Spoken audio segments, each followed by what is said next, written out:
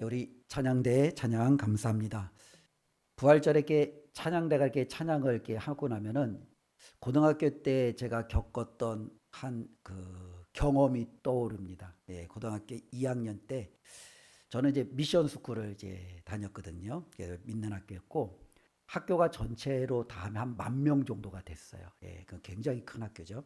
그래서 이제 기독교 재단 학교다 보니까 부활절에 이제 연합 예배를 드려요. 이제 저는 이제 의정부에 있었는데 의정부 이제 모든 얘가 그래서 이제 연합 예배를 드리는데 제가 이제 그 기독교 이제 중창단에 이제 찬양은 잘 못하는데 했어요. 예. 해서 이제 중창단에 들어가서 이제 연습을 하는 거예요. 이제 연습을 한 달 반 동안, 예, 한 달 반 동안 연습하고 부활절에 새벽 4시 반에 이제 전체 부활절 연합 예배를 하는데 새벽 4시 반에 일어나야 되는데 친구랑 같이 못 일어난 거예요. 한 달 반 동안 할렐루야 이거를 얼마나 많이 베이스를 연습을 했는데 그날 못 일어난 거예요. 예. 땅을 치고 부활절만 되면 항상 그 생각이 나는 거예요. 야, 왜 그랬을까? 왜 그랬을까? 예, 지금도 예, 아름다우게 찬양을 드리는데 갑자기 부활절에 나도 그때 참 열심히 연습했는데 왜 그때 찬양을 못하고 그 잠에서 못 이겼을까? 그 생각이 좀 떠오릅니다. 우리 주님이 부활하신 날입니다. 부활절만 되면 좀 기분이 좀 업이 되는 것 같아요. 어저께 딱 교회 이제 그 출근하면서 이제 또 이렇게 우리 강단의 아름다운 꽃꽂이를 볼 때, 야, 정말 너무너무, 야, 멋지고 감사하고 또 이제 이 꽃이 있다 보면은 교회 문을 딱 여는 순간 꽃향기가 확 나거든요. 예, 그러면서, 야, 정말 이제 부활절이구나. 정말로 모든 성도들이 함께 기뻐하고 또 우리가 감사할 수 있는 날이구나. 그런 어떤 기쁜 마음이 들었습니다. 특별히 오늘 고린도전서 15장은 그와 같은 측면에서 이 부활에 대해서 우리에게 좀 확실하게 증거해주고 있는 말씀입니다. 다시 한번 우리가 이 부활장인 고린도전서 전체는 아니지만 1절부터 11절까지의 말씀을 통해서 이 부활이 우리에게 어떤 의미가 있는지 그리고 우리는 어떻게 이 부활을 바라보고 살아가야 되는지 우리의 삶을 한번 살펴보았으면 좋겠습니다. 우리가 살다 보면 기초가 중요하다라는 이야기를 많이 하죠. 기본이 중요하다라는 말을 참 많이 합니다. 제가 누누이 말씀드렸지만 예전에 그 TV에서 우리 군인들이 이제 특수부대 군인들이 했던 이 강철부대, 그지요? 이 강철부대의 그러한 어떤 특수 임무를 행하기 위해서는 이 군인들의 기초 체력이 너무너무 중요한 거예요. 기초 체력이 되지 않으면 총 쏘기, 때로는 수영하기, 혹은 어쩌면 뭔가 임무를 수행하기, 이 모든 것들이 불가능해요. 이 기초 체력을 굉장히 강조했었던 한 인물이 있었습니다. 2002년도에 우리 대한민국을 세계 4강으로 올려놓았던 누구죠? 네덜란드의 대표적인 감독 히딩크였어요. 히딩크가 처음에 부임했을 때 얼마나 많은 말이 있는지 몰라요. 별명이 5대빵인가 그랬었잖아요. 그렇죠? 평가전만을 하면 계속 지는 거예요. 그런데도 히딩크가 강조했던 거 뭐냐면 기초 체력이에요. 90분 동안 쉬지 않고 뛰고 그리고 연장전이 돼도 쉬지 않고 달릴 수 있는 이 기초 체력을 그가 부임해서 얼마나 많이 강조했는지 몰라요. 정말로 2002년도 월드컵이 되었을 때 전 세계가 놀랐고 우리나라 국민이 놀랐어요. 한국의 그 11명의 축구 선수가 그 필드에서 달리는데 지치지 않는 거예요. 쓰러지지 않는 거예요. 어마어마한 그 체력을 바탕으로 연장전에서 뒤집어내기도 하고 온 나라를 열광으로 이제 이렇게 빠뜨렸던 그 경험을 우리는 기억할 겁니다. 많은 사회 곳곳에서 기초가 중요하다라고 얘기를 합니다. 얼마 전에 그 이제 저희 이제 둘째가 이제 고등학교가 올라갔는데요. 둘째가 이제 고등학교 올라갔는데 이제 학원을 이제 다니잖아요. 요즘에는 학원에서도 학원 선생님하고 이제 면담을 해요. 예, 학교에서도 면담을 하는데 근데 이제 학원 선생님이 강조하는 것 중에 하나가 이거더라고요. 체력이 중요합니다. 라는 거예요. 고등학교 3년 동안 달리려면 체력이 중요한 거예요. 이 체력이 안 되면 공부하고 싶어도 앉아있지 못한다라는 거예요. 자기가 마음이 있어도 집중이 안 된다라는 거예요. 그래서 가장 기본은 체력이래요. 그래서 잘 먹어야 되고 몸을 관리 잘해야 되고 그래서 자기가 하고자 할 때 이것을 끝까지 끌어갈 수 있는 이 기초가 필요하다라는 거예요. 어쩌면 많은 학생들을 가르쳐 봤겠죠. 그러니까 그 많은 학생들을 보면서 내린 결론이죠. 기초가 중요하다라는 겁니다. 이처럼 기초는 너무나도 중요해요. 그런데 믿음에 있어서도 이 기초는요, 굉장히 중요해요. 신앙생활도 기초가 되어 있지 않으면 아무리 우리가 10년, 20년, 30년 믿음 생활하고 교회 생활하고 때로는 우리가 열심히 달려왔어도 그 모든 것들이 부질없는 일이 될 수가 있어요.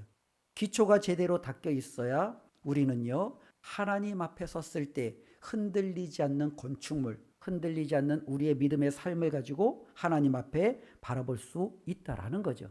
그렇다면 신앙생활의 기초는 무엇입니까?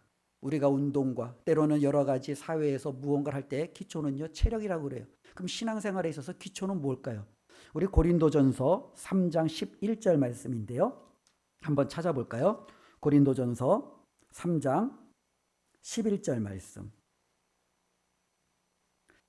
266페이지인데요. 고린도전서 3장 11절 말씀 우리 다 같이 한 목소리로 함께 읽습니다.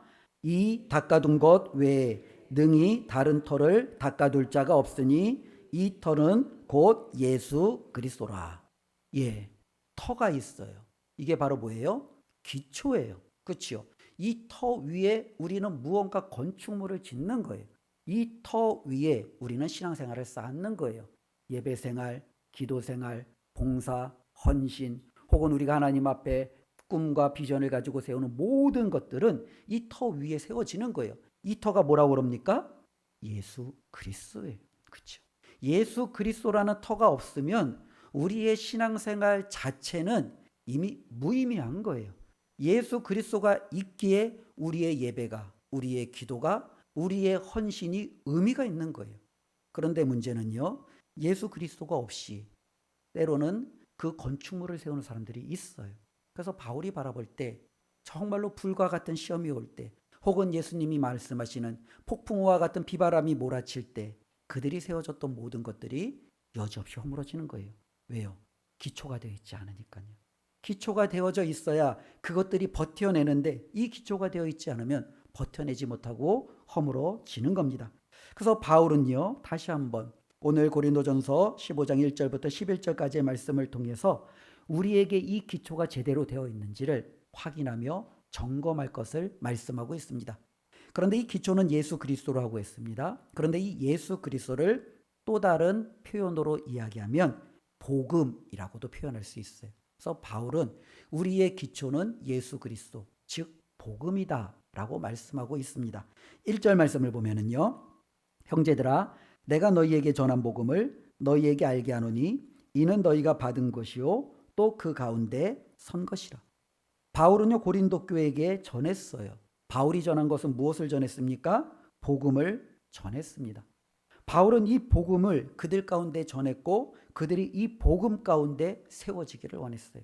바울이 전한 예수 그리스도의 터 위에 그들이 아름다운 신앙생활을 세워나가기를 원했어요. 그런데 문제는요, 이 고린도 교회가 바울이 전한 이 복음이 아닌 다른 것들을 그들의 주 타깃으로, 때로는 그들이 원하는 것으로 취하기 시작했다라는 거예요. 고린도 교회 많은 성도들이 성령의 은사를, 세상의 축복을 복음보다도 더 우선순위하기 시작하는 거예요.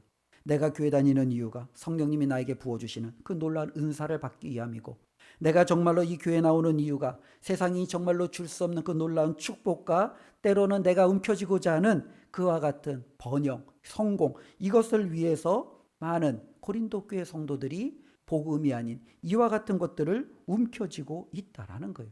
그런데 바울은 말하는 거예요.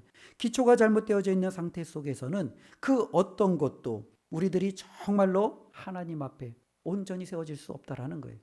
바울은 끊임없이 강조하면서 우리에게 정말로 중요한 것이 무엇입니까? 라고 말한다면 복음임을 계속적으로 증명하고 있죠. 2절 말씀 우리 같이 함께 읽어보겠습니다. 너희가 만일 내가 전한 그 말을 굳게 지키고 헛되이 믿지 아니하였으면 그로 말미암아 구원을 받으리라. 앞에 있는 1절과 이어지죠. 바울이 그들에게 무엇을 전했어요? 복음을 전했습니다. 바울은 그들에게 말합니다. 내가 너희에게 전한 그 복음을 너희가 어떻게 해요? 굳게 지키고 헛되이 믿지 아니하면 그들에게 주어지는 것은 무엇입니까? 구원이에요. 바울은 그들에게 전하고자 하는 것이 바로 구원임을 분명히 말씀하고 있고요. 이 구원은요, 성령의 은사를 통해서 주어지는 게 아니에요. 내가 정말로 기도하고 열심히 헌신한다고, 내가 어떻게 보면 공덕을 쌓는다고 이 구원이 지어지는 게 아니에요.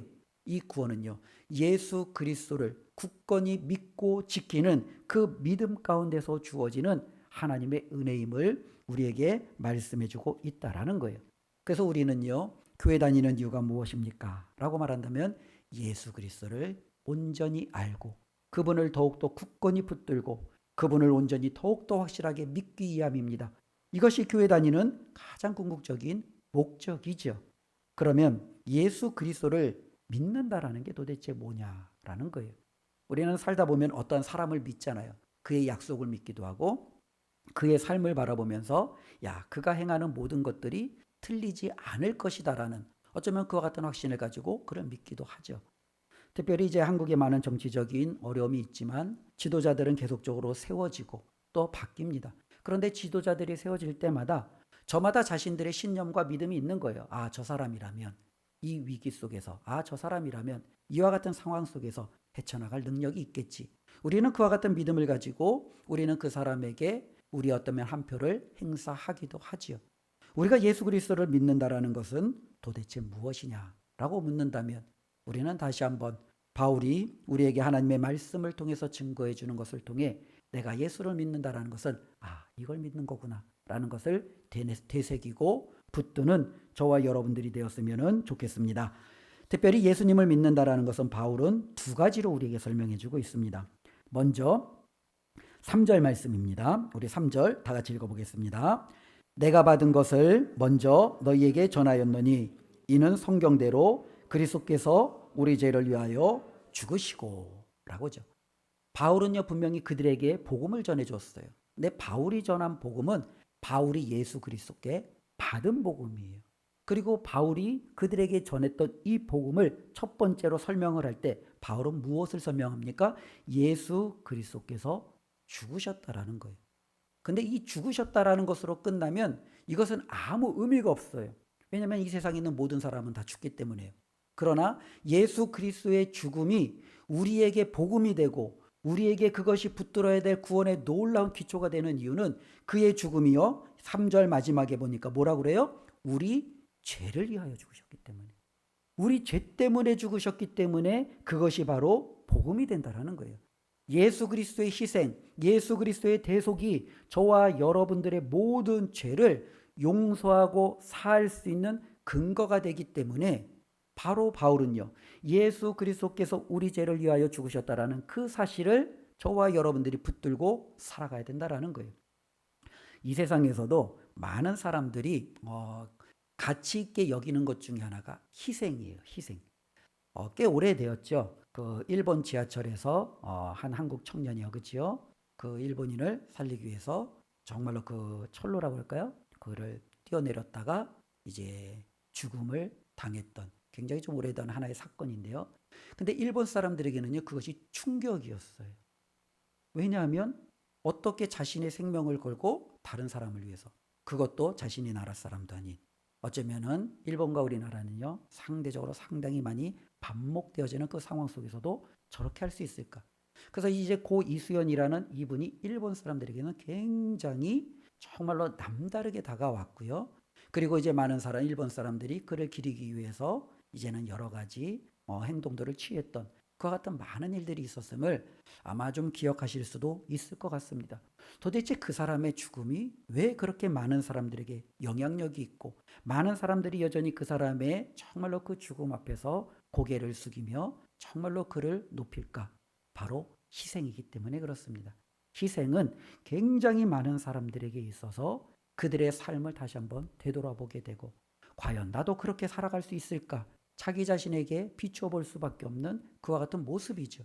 그런데 예수 그리스도의 죽음이 우리에게 이와 같이 굉장히 크게 다가오는 이유 중에 하나는요. 그분의 죽음은 그냥 일반적인 죽음이 아니라 바로 대속 희생의 죽음이기 때문에 그렇습니다. 바로 저와 여러분들의 모든 죄를 대신하기 위하여 죽으셨다라는 거예요. 그래서 이와 같은 부분들을 성경적인 우리가 교리적인 용어로 우리 많이 배웠죠. 대속, 속죄, 때로는 속전, 희생, 이와 같은 많은 어쩌면 예수 그리스도의 죽음을 표현하는 많은 용어들이 있지요. 그 모든 것들을 우리가 그냥 뭉뚱그려서 하나로 만든다면 바울이 말하는 것에 정말로 부합이 되는 거예요. 우리 죄를 대신하여 죽으신 죽음이다라는 거예요. 결코 예수님은 죄인이 아니었습니다. 죄가 없습니다. 그분은 결코 죽으실 수 없습니다. 그럼에도 죽기 위해서 이 땅에 오셨습니다. 사람이 되셨습니다. 그리고 저와 여러분들의 그 모든 죄값을 그분이 친히 다 짊어지시고 십자가에서 죽으셨습니다. 하나님의 진노와 저주의 대상이 되었습니다. 바로 이것이 우리가 믿는 복음의 핵심 중에 하나라는 거예요. 우리는 복음의 터 위에 있습니다. 우리는 예수 그리스도의 터에 있습니다. 내가 예수 그리스도를 믿는다라는 것은 다름 아닌 이와 같은 믿음을 고백하는 거예요. 나는 예수님이 나를 위하여 십자가에 대신 죽으심을 믿습니다. 나는 그것을 붙들며 살아갑니다. 이것이 바로 우리가 복음을 붙들고 있는 것이고, 바울이 전한 것은 바로 이것을 전한 거예요. 바울은 고린도 교회에게 다른 걸 전한 게 아니에요. 예수 그리스도가 너희를 위하여 십자가 달려 죽으셨다. 그분이 너희의 죄를 속하셨다. 용서하셨다. 그분을 통하여 우리는 하나님 앞에 죄 없다 인정함을 받을 수 있다라는 이 사실을 그들에게 전한 거라는 거예요. 두 번째로 바울이 이 복음을 우리에게 표현할 때는요, 4절 말씀입니다. 우리 4절 같이 함께 읽습니다. 장사 지낸 바 되셨다가 성경대로 사흘 만에 다시 살아나사. 우리가 예수님을 믿는다라는 것은요, 두 번째로는요, 우리 죄를 대신하여 죽으신 그 주님이 3일 만에 다시 살아나셨습니다. 이것을 믿는 거예요. 누누이 말씀드리잖아요. 기독교를 부활의 종교라고 합니다. 이 세상 그 어느 곳도 부활을 말할 수가 없어요. 이것은 말이 안 돼요. 모든 것은 죽으면 끝이에요. 사라지는 거예요. 어쩌면 우리는 그 끝을 경험해 보지 못했기 때문에 알 수 없다라고 말할 수밖에 없어요. 그런데 성경은 말합니다. 그 주님이 사흘 만에 다시 부활하셨습니다. 살아나셨습니다. 이것이 바로 저와 여러분들에게 주어져 있는 너무나도 큰 우리가 붙들어야 될 복음 중에 핵심이라는 거예요.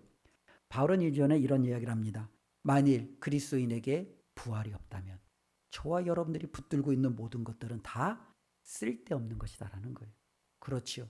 부활이 없는데 기도하고, 부활이 없는데 헌신하고, 부활이 없는데 믿음을 갖고, 부활이 없는데 내세를 꿈꾸고, 부활이 없는데 저와 여러분들이 이 땅에서 다른 누구보다도 하나님을 위하여 더 수고하는 이 모든 것들이 무슨 의미가 있느냐라는 거예요.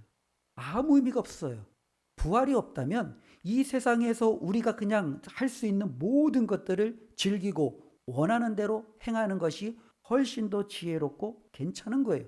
부활이 없으니 나는 이 땅에 소망을 두고 살지. 내세가 없으니 나는 세상에서 내가 누리고 싶은 것을 다 누릴 거야.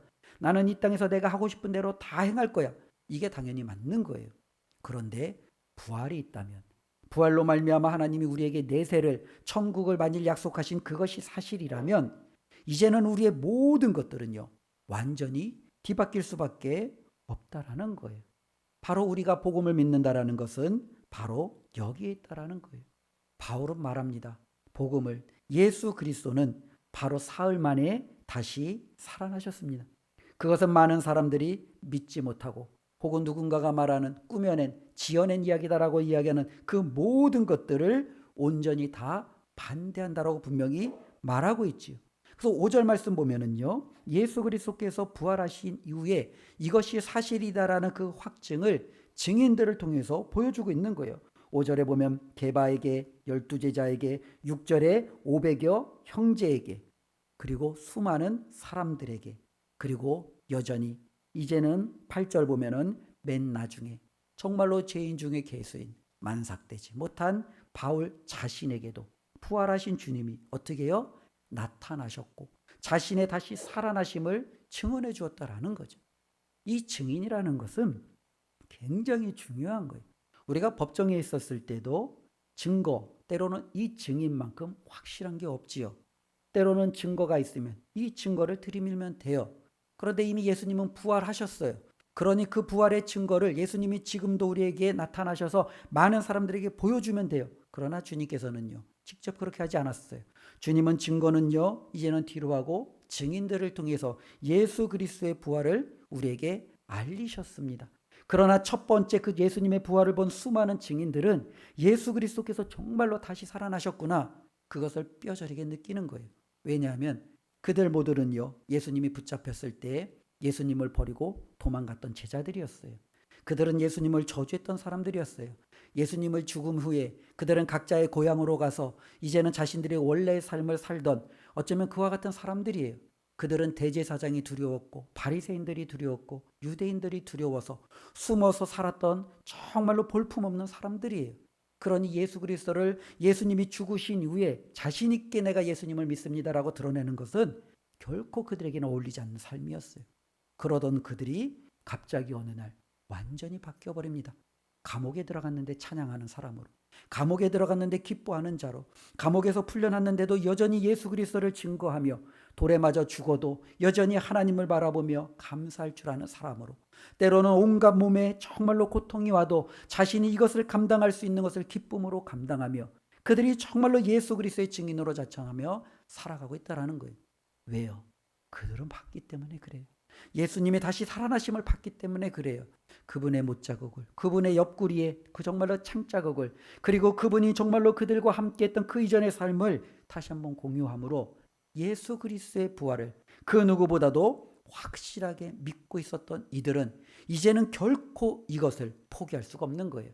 차라리 목숨을 내가 이제 버릴지언정, 차라리 내 삶을 포기할지언정 예수 그리스도를 다시는 포기할 수 없는 그들의 삶을 바라봅니다. 복음은요, 예수 그리스도의 부활을 믿는 겁니다. 저와 여러분들이 하나님께로부터 우리도 귀한 복음을 전해받았습니다. 예수 그리스도를 우리도 하나님으로부터 우리가 정말로 영접하며 받아들였습니다. 그 의미가 무엇입니까?